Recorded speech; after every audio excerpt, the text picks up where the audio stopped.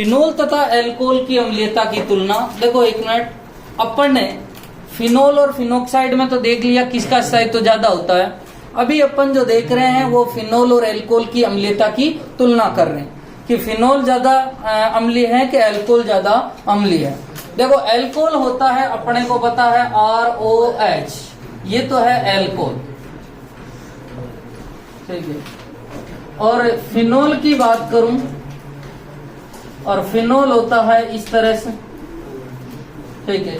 ये H+ त्यागता है -H+, और आपको पता है H+ त्यागेगा मतलब ऑक्सीजन पे इलेक्ट्रॉन चले जाएंगे, तो ऑक्सीजन पे नेगेटिव चार्ज आ जाएगा, और ऑक्सीजन पे नेगेटिव चार्ज आ जाएगा मतलब एल्कोक्साइड बन जाएगा। क्या बन जाएगा? एल्कोक्साइड, ठीक है। ये H+ त्यागता है, और H+ त्यागने के बाद में ये बना देता है फिनोक्साइड। क्या बना देता है? फिनोक्साइड, ठीक है। अब देखो इन दोनों में से कौन ज्यादा अम्लीय है, और अम्लीय वही होता है जो ज्यादा स्थायी होता है। ये जो एल्कोक्साइड आयन है ये अनुनाद नहीं दर्शाता, अनुनाद नहीं दर्शाता, क्योंकि अनुनाद की 6 कंडीशन होती है, उनमें से एक भी कंडीशन यहाँ नहीं लग रही है, ठीक है। ये अनुनाद दर्शाता है, ये अनुनाद दर्शाता है, ठीक है। दूसरी बात कि जब ये अनुनाद नहीं दर्शाता है तो इसका स्थायित्व क्या हो जाता है? कम। इसका स्थायित्व क्या हो जाता है? कम, और इसका स्थायित्व ज्यादा। इसका स्थायित्व क्या होता है? ज्यादा। और इसी कारण आपको पता है कि फिनोल भाग भाग के किस में बदलता है? फिनोक्साइड, अम्लीय प्रकृति दर्शा रहा, और इसीलिए इसकी तो अम्लीयता क्या होती है? ज्यादा, और इसकी जो अम्लीयता होती है वो कम। अम्लीयता क्या होती है? कम। दूसरी बात, ये तो अपने हो गई कि सर अनुनाद के रेस्पेक्ट में देख लिया कि ये H+ त्याग के एल्कोक्साइड बनाता है जो अनुनाद नहीं दर्शाता, और अनुनाद नहीं दर्शाएगा तो उसका स्थायित्व क्या हो जाएगा? कम, ठीक है। तो इसलिए एल्कोहल ने कहा कि H+ त्यागने की क्या जरूरत है, इसलिए इसकी अम्लीयता क्या हो गई? कम। यहाँ पे फिनोल H+ त्याग के फिनोक्साइड बनाता है जो अनुनाद दर्शाता है, और इसीलिए उसका स्थायित्व क्या होता है? ज्यादा, और उसकी अम्लीयता भी क्या होती है? ज्यादा। इधर देखना एक और पॉइंट, ये है मेरे पास में ROH, और आपको पता है कि R का जो है वो +I प्रभाव होता है। कौन सा प्रभाव होता है? +I। और इधर होता है C6H5OH, ठीक है, और C6H5 का कौन सा प्रभाव होता है? -H। तो मुझे बताओ -I वाला अम्लीयता बढ़ाएगा कि घटाएगा? घटाएगा। -I वाला तो खींच रहा है, तो ऑक्सीजन पे इलेक्ट्रॉन घनत्व क्या होगा? कम, तो H+ आसानी से निकलेगा, जबकि R इलेक्ट्रॉन दे रहा है, और दे रहा तो ऑक्सीजन पे इलेक्ट्रॉन घनत्व क्या हो रहा है? बढ़ रहा है, और इसीलिए ऑक्सीजन पे इलेक्ट्रॉन बढ़ रहा है तो H+ आसानी से नहीं निकलेगा। और इसीलिए आपको कोई पूछ लेवे कि फिनोल की तुलना में फिनोक्साइड आयन, सॉरी एल्कोहल तथा फिनोल में से अधिक अम्लीय कौन होता है? तो फिनोल। एल्कोहल तथा फिनोल में फिनोल अधिक अम्लीय होता है, क्योंकि फिनोल H+ त्याग कर फिनोक्साइड आयन बनाता है जो अनुनाद प्रदर्शित करता है, जबकि एल्कोहल H+ त्याग कर एल्कोक्साइड आयन बनाता है जो अनुनाद प्रदर्शित नहीं करता। बढ़ाओ जल्दी से।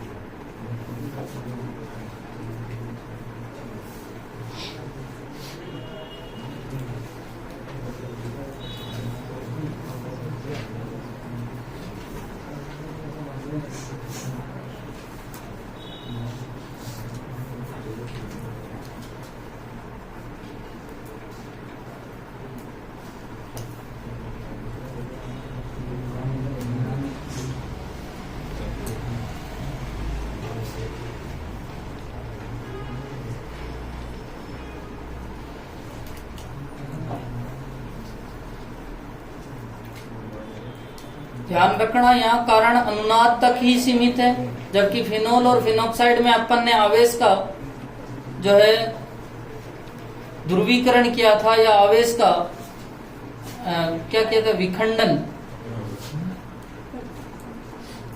ये तो क्या था ना, फिनोक्साइड में जो है पृथक्करण नहीं होता, विखंडन का मतलब पृथक्करण। फिनोक्साइड में पृथक्करण नहीं होता, जबकि फिनोल में आवेश का पृथक्करण होता है। वहां कारण अलग दिया था।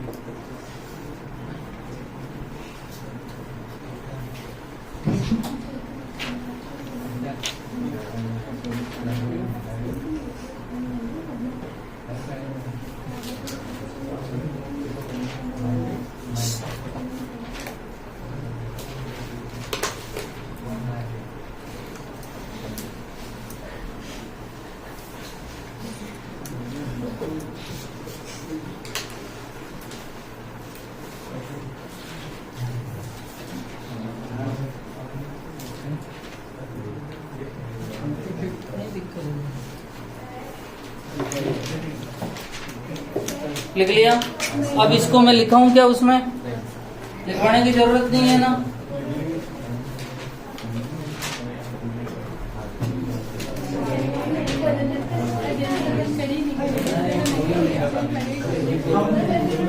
हाँ, एक मिनट लिखो। हेडिंग फिनोल की रासायनिक अभिक्रिया या रासायनिक गुण।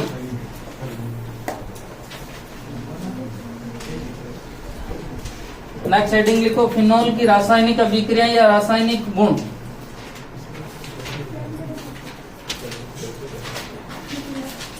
लिख लिया। अब देखो एक मिनट, ये है मेरे पास में फिनोल। देखो रासायनिक गुण कौन कौन से दर्शाएगा वो समझना। अब फिनोल में एक तो कौन सा समूह है भैया, OH समूह। एक कौन से समूह है, बेंजीन, ठीक है। और एक तीसरे प्रकार की रिएक्शन आती है, संघनन अभिक्रियाएं। फिनोल 3 प्रकार की रासायनिक अभिक्रियाएं दर्शाता है। कितने प्रकार की रासायनिक अभिक्रियाएं? 3। फिनोल 3 प्रकार की रासायनिक अभिक्रियाएं दर्शाता है। आपको कोई पूछ ले कि कितने प्रकार की दर्शाता है, तो 3 प्रकार। कौन कौन सी? तो पहली तो है OH समूह की रिएक्शन। कौन सी रिएक्शन है भैया? OH समूह की रिएक्शन। दूसरी कौन सी होगी भैया? बेंजीन वलय की रिएक्शन। दूसरी कौन सी होगी? बेंजीन वलय की रिएक्शन। और तीसरी जो है वो होती है संघनन अभिक्रियाएं। फिनोल 3 प्रकार की रासायनिक अभिक्रियाएं दर्शाता है। पहली तो होती है OH समूह की रिएक्शन, दूसरी है बेंजीन वलय की, और तीसरी होती है संघनन अभिक्रियाएं। ठीक है, तो लिखो जल्दी से।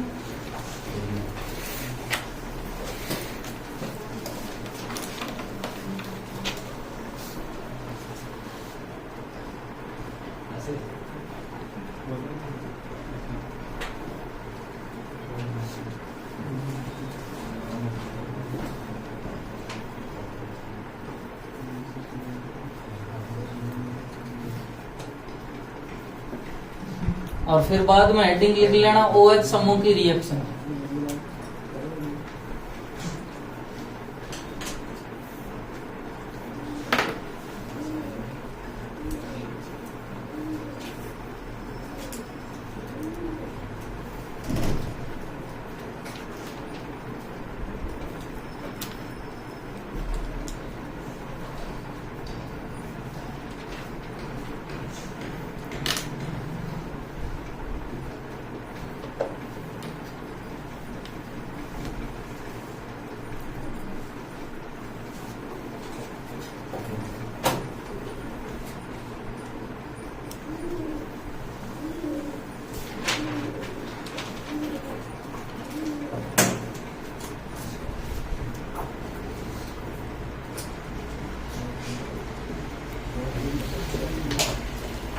पहली कौन सी है भैया?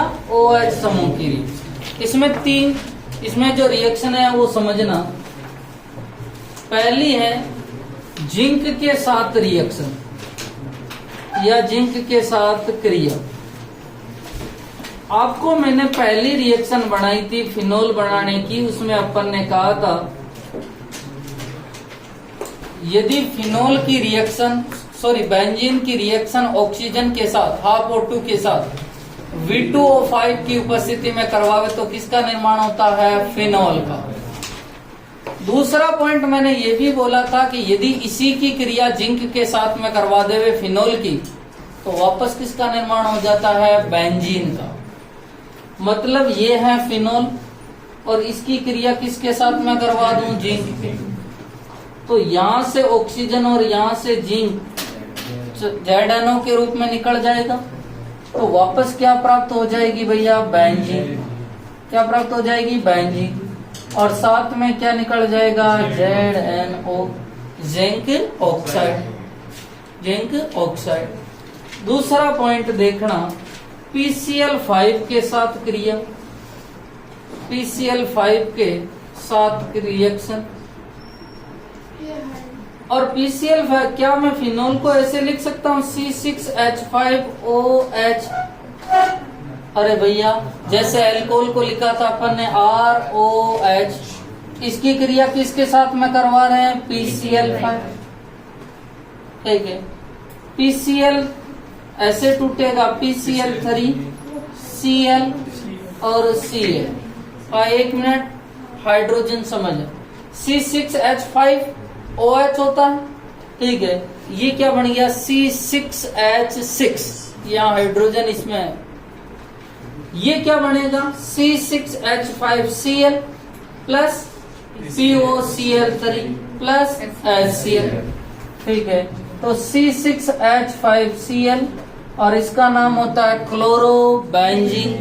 साथ में क्या बनेगा? POCl3 plus HCl। तो क्या सर ये तो ROH जैसी ही हो गई है।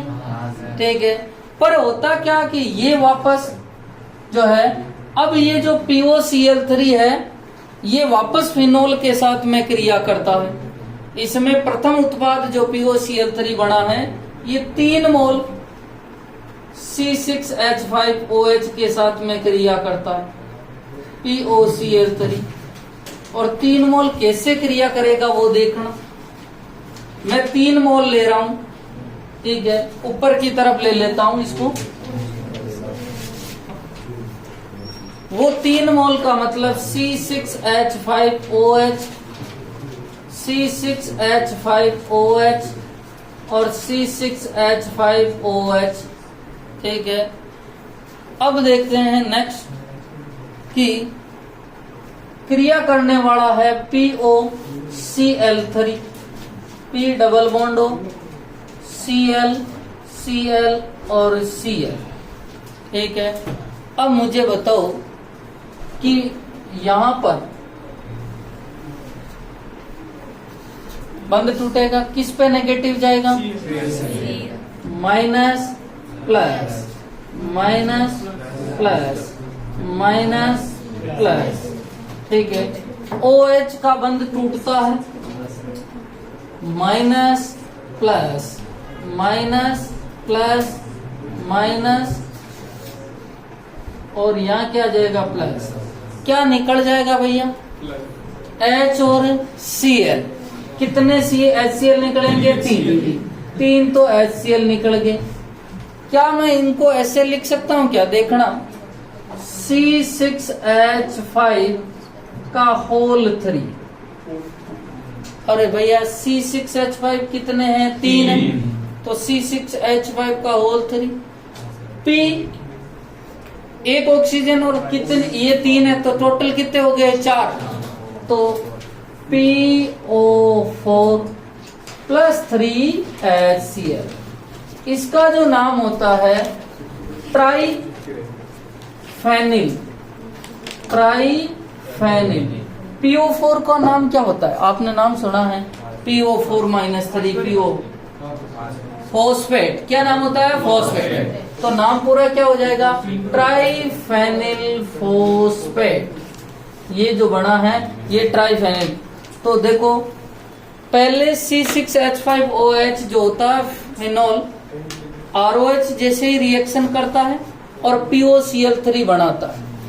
वहां POCl3 किसी से क्रिया नहीं करता था, यहाँ POCl3 वापस फिनोल से क्रिया कर लेता 3 मोल से और बना देता है C6H5 PO4 ट्राइफेनिल फॉस्फेट प्लस 3 मोल HCl। और इसी को समझाने के लिए मैंने ये लिखी। लिखो जल्दी से।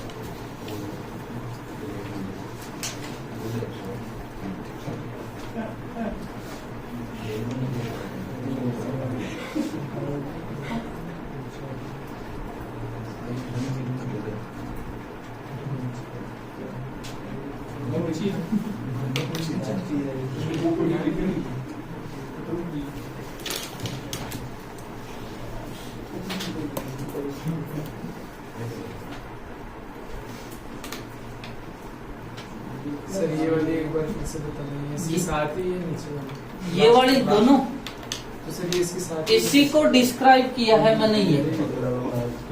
ये 3 मोल है फिनोल और इसको मैंने ये कर दिया। किससे? ये इससे क्रिया नहीं करता है, ये POCl3 बनता वापस फिनोल से क्रिया कर लेता है और 3 मोल से क्रिया करता है, क्योंकि बैलेंस तो करनी पड़ेगी रिक्वेस्ट। 1 मिनट, यहां तक तो समझ में आ गई तुम्हारे को? ये फिनोल सॉरी POCl3 पुनः किससे क्रिया कर लेता है? C6H5OH। इसके 3 मोल है, इसी को मैंने ऊपर समझा रखी। वहां PCl3 क्रिया करता था ऐसे।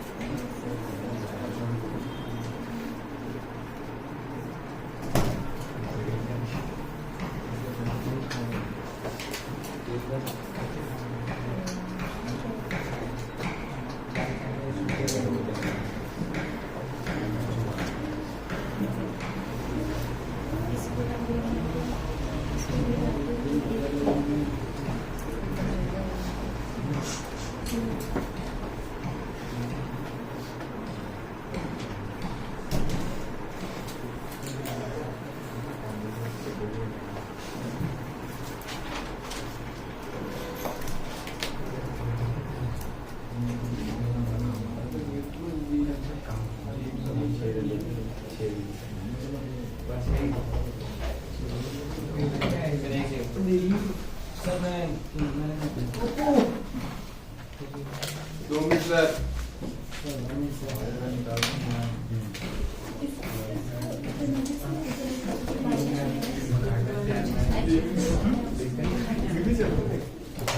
एक मिनट इसमें लिखते हैं। सर एक मिनट को सर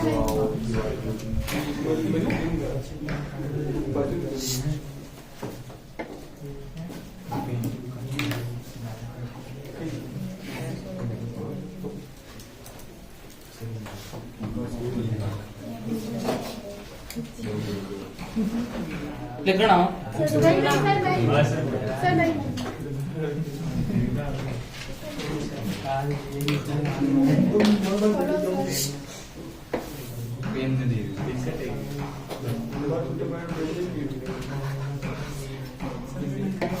लिखना फिनोल, जगह छोड़ के लिख ले। फिनोल प्रारंभ में PCl5 के साथ क्रिया कर, फिनोल प्रारंभ में PCl5 के साथ क्रिया कर, PCl5 के साथ क्रिया कर। Chlorobenzene, chlorobenzene C6H5Cl, POCl3, chlorobenzene POCl3 तथा HCl बनाता है, तथा HCl बनाता है। इसमें बना हुआ HCl सॉरी इस POCl3 तथा HCl बनाता है। इस रिएक्शन में बना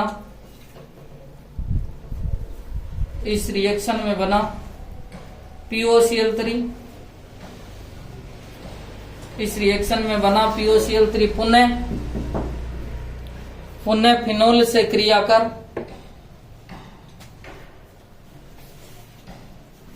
पुनः फिनोल से क्रिया कर ट्राइफेनिल फोस्फेट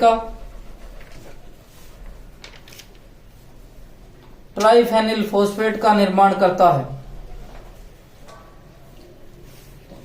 ट्राइफेनिल फोस्फेट का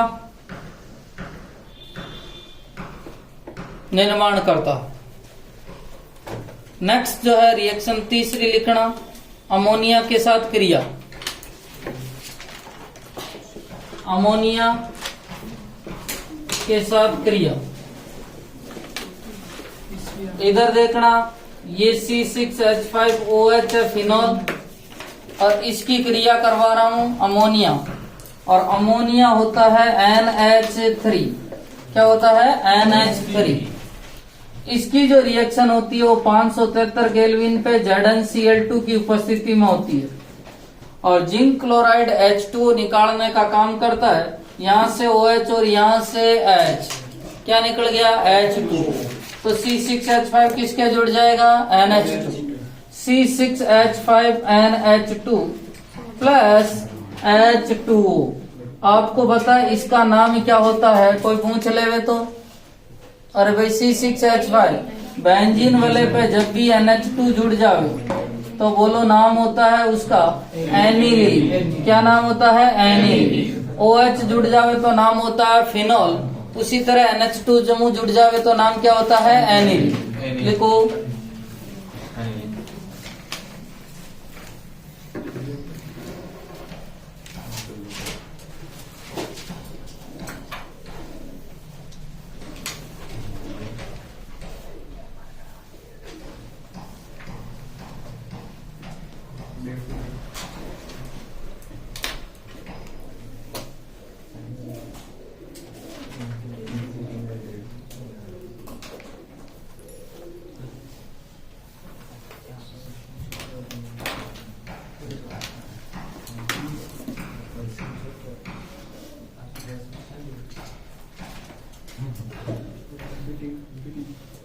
लिख दिया।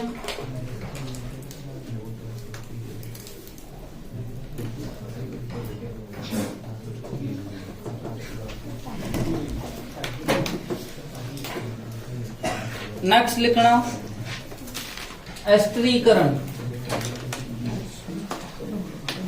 एस्टरीकरण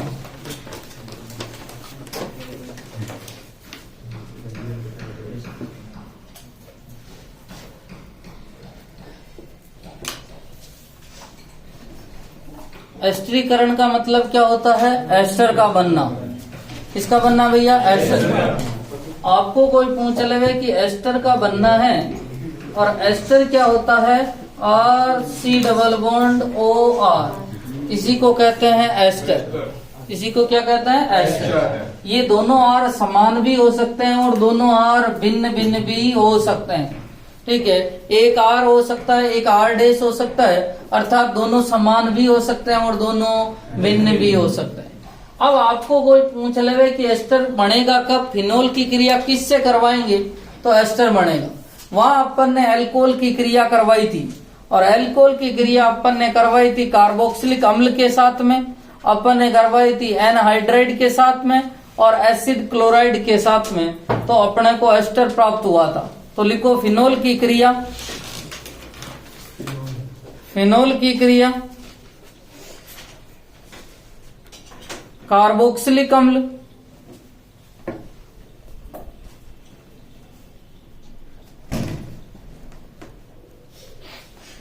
फिनोल की क्रिया कार्बोक्सिलिक अम्ल, एनहाइड्राइड एनहाइड्राइड व एसिड क्लोराइड से करवाने पर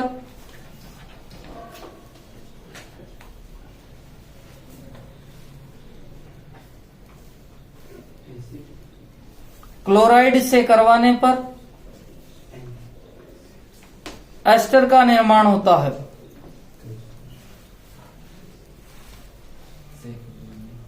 पर एस्टर का निर्माण होता है। अब देखो उसने क्या क्या कहा, फिनोल की क्रिया किस किस से करवाऊं, कार्बोक्सिलिक अम्ल, और कार्बोक्सिलिक अम्ल क्या होता है, R C double bond O H, यही होता है ना। ये तो है सर कार्बोक्सिलिक अम्ल, और ये है मेरे पास में फिनोल C6H5OH, ये है फिनोल। पहली रिएक्शन तो ये हुई। दूसरा उसने कहा कि एनहाइड्राइड, और एनहाइड्राइड होता है R C double bond O C double bond O R, और इसकी क्रिया भी किससे करवा रहा हूं, C6H5OH, और इसका नाम भी क्या होता है, फिनोल। ये है सर एनहाइड्राइड, क्या होता है, एनहाइड्राइड। और तीसरा अपन बात करें कि acid chloride R C double bond O C है, इसे कहते हैं एसिड क्लोराइड, और फिनोल होता है HO C6H5, इनकी क्रिया करवा रहे। तो अपने को जो है वो एस्टर बनना है, और एस्टर का सूत्र होता है R C double bond O R. Alkyl alkanoate होता है, एल्किल ये है और ये पूरा एल्केनोएट होता है, उसकी बात होती है। अब बात करते हैं कि कैसे क्रिया होगी। ठीक है, अब यहां पर OH बंद टूटेगा, ठीक है, और OH बंद टूटेगा तो यहां तो आएगा माइनस और यहां आएगा प्लस। ठीक है, यहां पर ये प्लस है और ये माइनस। आपको पता है क्या निकल जाएगा यहां से, H2O। अरे भाई निकल जाएगा ना, ठीक है। तो आपके पास में क्या बन जाएगा, R C double bond O C6H5। क्या ये एस्टर है, हाँ सर, क्योंकि एस्टर का सूत्र होता है R C double bond O R, और आर की जगह क्या आ सकता है, AR का मतलब होता है एरोमेटिक कंपाउंड, और आपको मैंने C6H5 के लिए AR लिखाया था जब फिनोल लिखाया था। तो R C double bond O और AR, R C double bond O, R C double bond O और AR, अर्थात ये क्या है, एस्टर है। ठीक है, ये एस्टर है। दूसरा यहां पर से भी बात करें, यहां से भी बंद टूटेगा, ठीक है, और यहां से बंद टूटेगा तो इस पे तो माइनस और इस पे प्लस, यहां से बंद टूटेगा माइनस प्लस, ये निकल जाएगा। ठीक है, तो आपके पास में क्या क्या बचेगा, R C double bond O C6H5 plus देखो R C double bond OH। ठीक है, यही बनेगा। ठीक है, एस्टर के साथ में कार्बोक्सिलिक अम्ल बन रहा है, ठीक है, ये तो एस्टर है और ये कार्बोक्सिलिक अम्ल है। तीसरे में भी OH बंध तोड़ना है। OH ऑक्सीजन पे माइनस और H पे प्लस। यहाँ पे ठीक है, Cl की विद्युत ऋणता ज्यादा होती है कि कार्बन की ज्यादा होती है? Cl माइनस और प्लस, यहाँ से क्या निकल जाएगा? HCl। ठीक है, ये होता है R C double bond OC6H5। ये तो अपने पास में एस्टर बनेगा और साथ में क्या निकल जाएगा? HCl। ये क्रिया जो होती है, दोनों ऊपर वाली क्रिया सांद्र H2SO4 की उपस्थिति में होती है और सांद्र को कंसंट्रेट लिखते हैं, जबकि नीचे वाली जो क्रिया है वो किसके साथ में होती है? पिरिडिन। आपके पिरिडिन एक पहले एक अभिक्रिया में भी आ रखा है। कौन सी अभिक्रिया है? डार्जन। ठीक है, कौन सी अभिक्रिया है? डार्जन। तो लिखो जल्दी से।